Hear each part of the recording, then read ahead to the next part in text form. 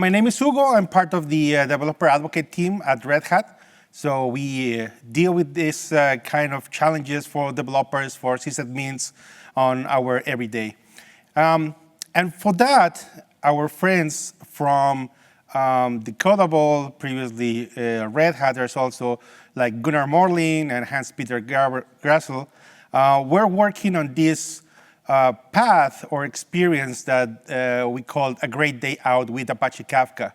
If you haven't seen this map before, it's a very good way to get yourself into your Kafka journey from some learning concepts and information about how to get started, how to run your Apache Kafka ecosystem and toolings, and all the way to the top, you can see what we group as CLI tools. There's a short link if you want to capture the information, if you want to explore it by yourself. You will see that it's a whole ecosystem that covers a lot of ground regarding what you can do around Apache Kafka. But for the session today, we're going to be focusing more on the top right side that we call the CLI tools, the command line tools. And as Ko says in the screenshot, I hope you are feeling comfortable doing CLI tools. And we have a couple of them available for you to try. We're going to explore some of them. What are they focusing on? What is the different options?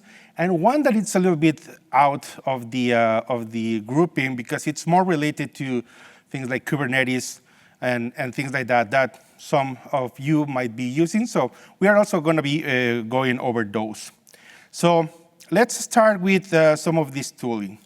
So the first one that I want to share is obviously Docker, right? So yes, I know we can just download the zip file and start working with it, but certainly it's easier if you're able to run Docker or Podman. You can use this kind of tooling to start working with your application. So in this case, I'm going to be showing you like some common examples, like Docker run. This kind of command will help me out to start a container that it's running a Kafka cluster or a Kafka node or a Kafka container that can run my data processing. In this case, for example, this is it is a way to run a zookeeper-less cluster using kraft in a very hard way because it's making all the calls manually. Or you can use a Docker Compose file and do Docker Compose up to be able to start your container. Now, for example, I'm already running a cluster using Docker Compose, and I can do Docker exec bash to be able to enter my my container. And this is where the Docker command CLI allows us to start working with some of this tooling. Now, the first kind of scripts and CLI tooling that you should be able or be familiar with is the actual scripts that are already installed on your Kafka zip file, right? That are available with your zip file. In this case, those are already running as part of my container image, so I can use them directly from there. So I can just do, for example, a describe of the topic on my Bootstrap server that is running localhost 1992, because I'm running directly on the container, I will be able to use that. And yes, I have some information available here. I can do also other kind of listings, and there's plenty of options over there. If you check the different shell scripts, there are plenty of them to interact with Connect, to interact with Mirror Maker, just running Kafka, Zookeeper, and being able to interact with all the different components. The downside of this is that you will need to have the zip file unzip on your machine or being able to access the container that is running a container image that has all those scripts inside. So that's where we get into the next CLI tooling, that is kcat. Kcat, formerly known as Kafka-cat, was one of the most commonly used and extensively used CLI toolings. It is a very lightweight version that allows you to manage and interact with a Kafka cluster. It's great for producing, consuming messages, and being able to do more information on the metadata of your cluster. So in this case, I'm going to get out of the Kafka cluster and then run some of these commands, like kcat -b localhost, and then with -l I can get the metadata of my cluster that says that I have some topics already created and that I'm having just one broker started with certain topics. And there are other commands that I can run with kcat, like I can produce with -p, and then select a topic, in my case, test topic, and then I can send messages like hello current. And when I send those messages, then I can consume them, kcat -z from the beginning, and I see that I can see hello current. So kcat, it's very useful where you want to interact with your cluster, send messages easily in using the standard input, or you can just pipe some information. And that's one of the beauties of using CLIs. You can use them within your scope of your operating system. You can pipe information into those and then being able to pipe it out from your command line. Now, the second tool that I want to show you today is Kaf. So Kaf, it's a CLI tooling that was inspired by kubectl and Docker on the way to handle and interact with your cluster. It has a lot of features regarding cluster management, and also allows you to have this more focus on configuration instead of passing a lot of the information into the cluster, for the cluster onto the CLI. So if I use Kaf, I usually use things like config, then select cluster, and this is an interactive tool that tells me, I have 2 clusters configured already, so I can navigate and then use all the different commands with my specific cluster. So then I can say kcaf produce test topic, and then I can send messages like hello from Kaf. And it is more verbose, a little bit more. You can see exactly if you have already sent those messages. Then if I want to consume those, it's just Kaf consume from test topic. And then I can see the information of the messages that are already on my Kafka topic. And that it's called test topic. And I have currently 2 messages, the one from kcat and now the one from Kaf. As you can notice, there's more information coming out from Kaf when I'm consuming those messages. In the case of kcat, it was just the message information and the last offset rate. In case of Kafka, it provides more information on this area. Now, there are other tools like kCLI. kCLI, it's a tooling that is available already there, but it has not been really well maintained in the past, but it's there for you to try and test it. I think a couple of years ago was the last stable release that was available on their GitHub repo, but you can try it and give it a chance and see if that is something you can work on.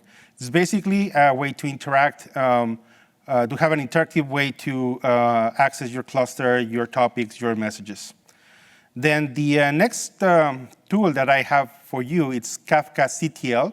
So kcctl, it's an interesting way to interact using the REST protocol, but still being able to get the simple comments for you to be able to use. So let's get back to the terminal and then do export kcctl. I'm just using the localhost 1992 that will allow my CLI tool to use that specific Bootstrap server to connect to my cluster.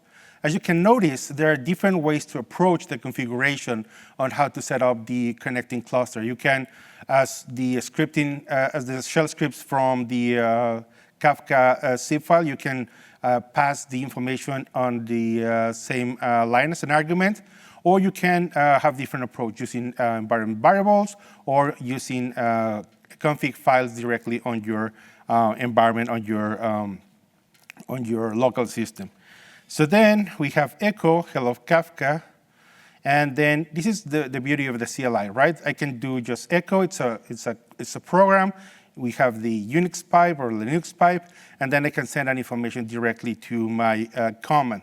So this What it does is instead of to enter in interactive mode and sending my messages through the CLI directly, I can use another program to be able to send those messages. So that is very useful when you need to load a lot of information from a CSV file or from another program that is generating that.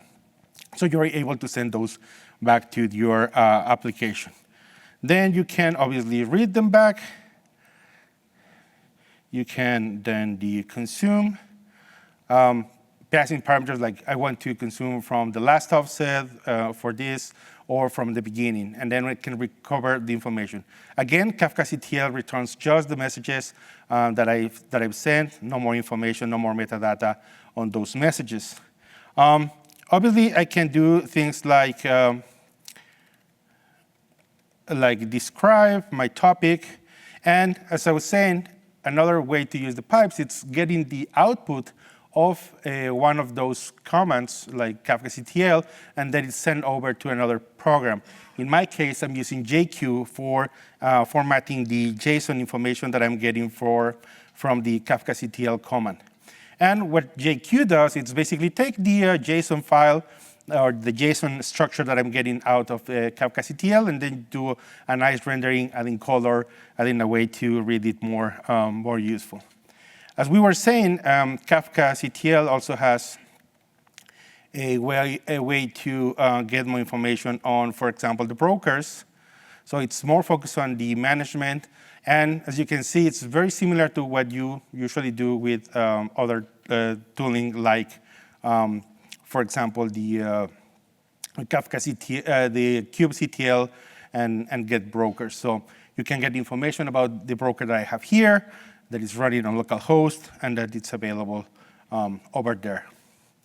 Now, there are other kind of toolings also available.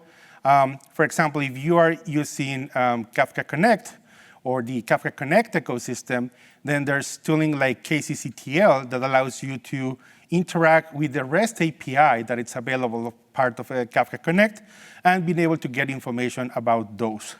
So it is very useful when you need to be able to query that API instead of doing curl commands or to use HTTP to access the REST API. The CLI allows you to do those interactions with you. So it's easier to register, get information on the connectors and the plugins. So let's see how this works. So in this case, kcctl, you can do info, gives you information about the cluster. So on my Docker Compose, I'm running Kafka in kref mode, and I'm also running a container image that is doing the role of the Kafka Connect and connecting to my cluster. So it's enabling that localhost 8083 port, and I'm able to see that I'm running Kafka 2.5 on that cluster, and that's the information on the cluster information. So I also have the option to have the autocomplete, so I can see the config, and then I can set the local cluster. As you can see, this is also a way to avoid having to pass the cluster URL every single time that I'm calling the CLI. And regarding the information that I can get from the cluster, I can get connectors. I don't have any connector running. I can get plugins. And I can see what plugins are running on my Kafka Connect cluster. In this case, I'm using Debezium. So this is a Kafka Connect cluster that is focusing on Debezium.